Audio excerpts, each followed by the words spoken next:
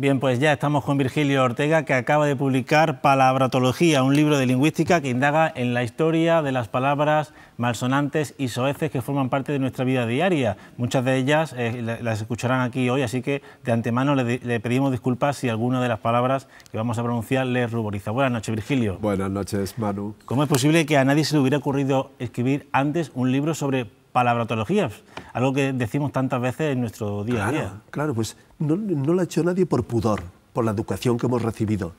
Pero yo se lo agradezco mucho, digo, muchas gracias, ya me lo habéis dejado para mí ese campo, yo lo haré yo, perfecto. Por cierto, ¿es usted persona de decir muchos tacos? No decía tacos y empecé a decir, ¿sabes cuándo empecé a decir tacos? Entre tercero y cuarto de universidad, hace ya muchos años, me fui a Alemania a aprender alemán. Y me junté con españoles en la fábrica donde trabajaba, me junté con españoles que decían muchos tacos. Y fue cuando me acostumbré a decir tacos. Y la primera palabra, el primer taco que aprendí en alemán, ¿sabes cuál es? ¿Cuál? Lecke mi amas, chúpame el culo, chúpame el culo. Los alemanes no tienen unos tacos así muy, tanta variedad y tanta riqueza como nosotros.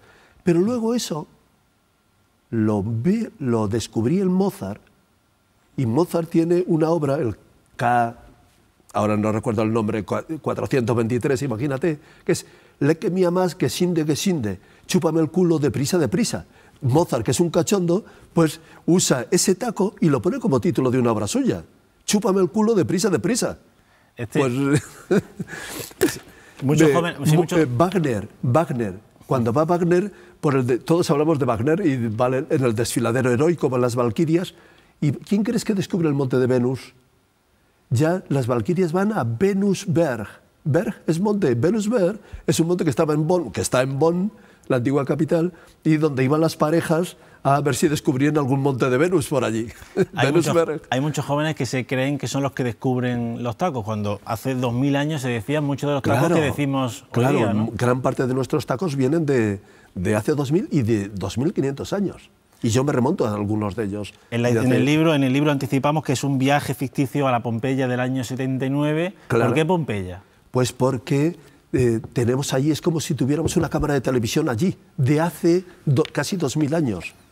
Pompeya, en el año 79, en el verano del 79, el 24 de agosto, entra en erupción el Vesubio y cubre de cenizas y de lava toda la ciudad. ¿Tú crees que los grafiteros de Pompeya se iban a parar allí a borrar los grafitos que había por allí, garabateados por las paredes, pensando que luego llegará un tal Virgilio en el siglo XXI, tal? Digo, no, lo que hacen es largarse de allí. Y tenemos ahí más de 10.000 grafitos por toda la ciudad. Grafitos de todo tipo.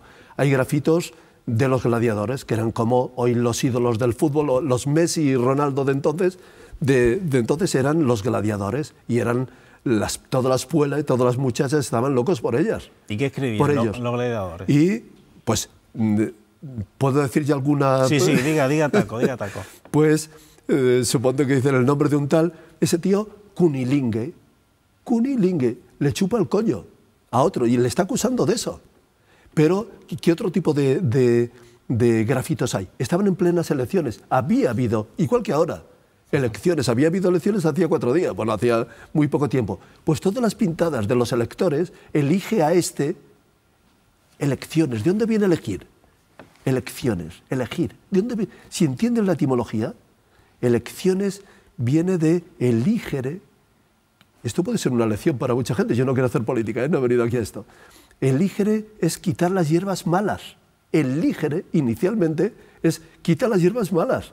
Eligere herbas era quitar las hierbas malas, se daba por supuesto. Luego ya se transforma en otra cosa. Eligere ubam, eligere flores, florilegio, es elegir las flores.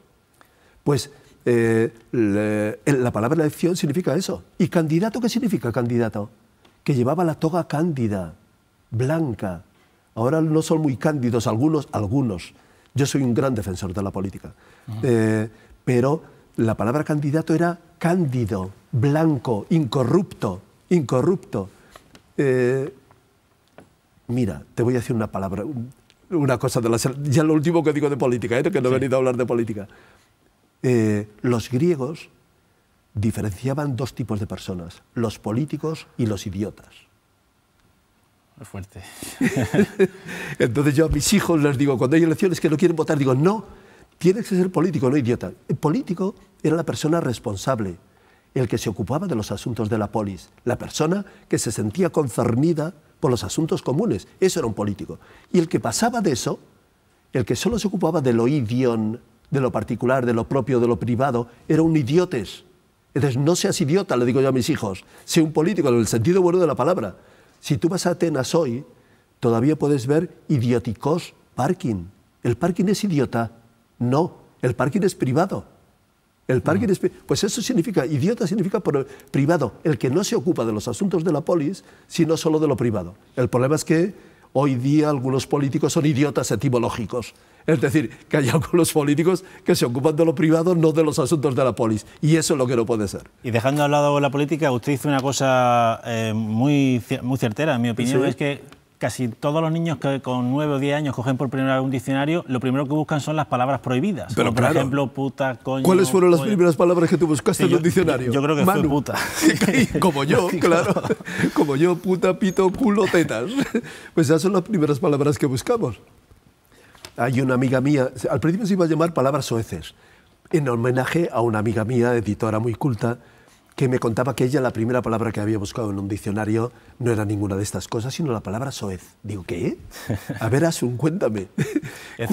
Cuéntame. Y es que iba en un autobús con su madre, cuando ella tenía 10 años, en un autobús por Barcelona, y eran tiempos de Franco, y ponía prohibido decir palabras soeces. Y le preguntó a su madre, en voz alta, mamá, ¿qué es eso de palabras soeces? Y la madre le dice, calla niña, eso no se dice. Eso no se dice. Claro, llegó a casa y ¿cuál sería la primera palabra que buscó en el diccionario? ¿La palabra soez? La palabra soez. Pues esas palabras, pero nunca lo satisfacían. Tú buscabas puta y te remitía a prostituta. Y buscabas prostituta y... A meretriz. A meretriz. Mira, si entiendes esas palabras, prostituta, la que está delante del prostíbulum, el estíbulum es el establo, prostíbulum, la que está delante del establo, la que se sentaba en una silla, y pues esa era la prostibularia. Pero acabas de decir meretriz. Si entiendes esa palabra, ya verás como en adelante la pronunciarás con mucho más respeto. Con mucho más respeto. Meretriz tiene que ver con el verbo mereor. Merecer. Nuestra palabra merecer viene de mereor. Pues meretriz es la que se lo merece, la que se lo ha currado. Si una pobre chica se tiene que dedicar a eso por las causas que sean, por lo menos que el que use ese tipo de sexualidad que sepa que se lo ha merecido, que se lo ha ganado, que es una trabajadora del sexo, que se lo ha currado.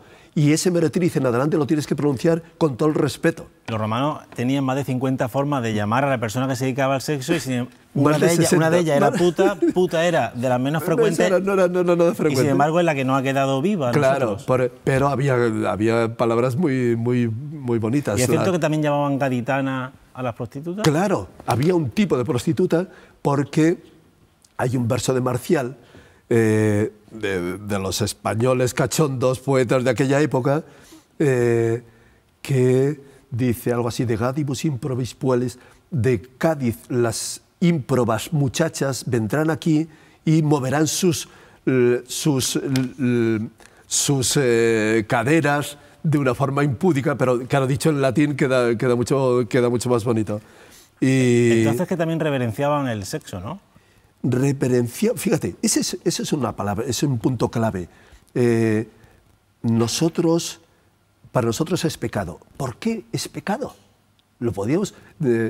para los griegos llegaba a haber prostitución sagrada.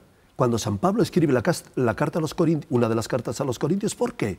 Porque San Pablo, que es muy listo, muy inteligente, escribe a los Corintios y les habla del amor. ¿Por qué? Porque había prostitución sagrada arriba. Está el Corinto y el Acrocorinto. Pues arriba estaban cientos de putas que ejercían la prostitución sagrada. Y en Roma igual. Y en la India, si vas a la India, el templo de Khajuraho está lleno por fuera, de estatuas, de esculturas preciosas, practicando la sexualidad. Entonces, yo diría, hombre, no tiene por qué ser, tampoco le vemos la sexualidad en la categoría de religión y de cosa sagrada, pero tampoco pensemos que es una cosa de pecado. Para mí, ¿sabes quiénes son los más los más equilibrados en esto los egipcios. Mis queridos egipcios antiguos, estudio jeroglíficos egipcios desde hace 4 o 5 años, para ellos era muy natural. Si te fijas, en Egipto, con todas las obras de arte que nos han llegado, no hay pornografía. ¿Por qué? Porque no la necesitan. Porné en griego significa puta, prostituta. Pornégrafein, representar actos de una puta. ¿Qué pasa? Que los tíos, si salen ahí, no son pornografía. Pues los egipcios se lo toman con toda la naturalidad, espontáneo. No hay en 3000 años, manda narices. Estamos más cerca de, fíjate, es de antes de, nosotros estamos más cerca de Viriato que Cleopatra del inicio de las pirámides. Y una cosa que me llama mucho atención, perdona Virgilio, es que los romanos también presumían de tenerla muy grande. Claro, eso siempre, eso siempre todos, los hombres, pero claro, ¿están presumiendo de eso o están soñando con eso?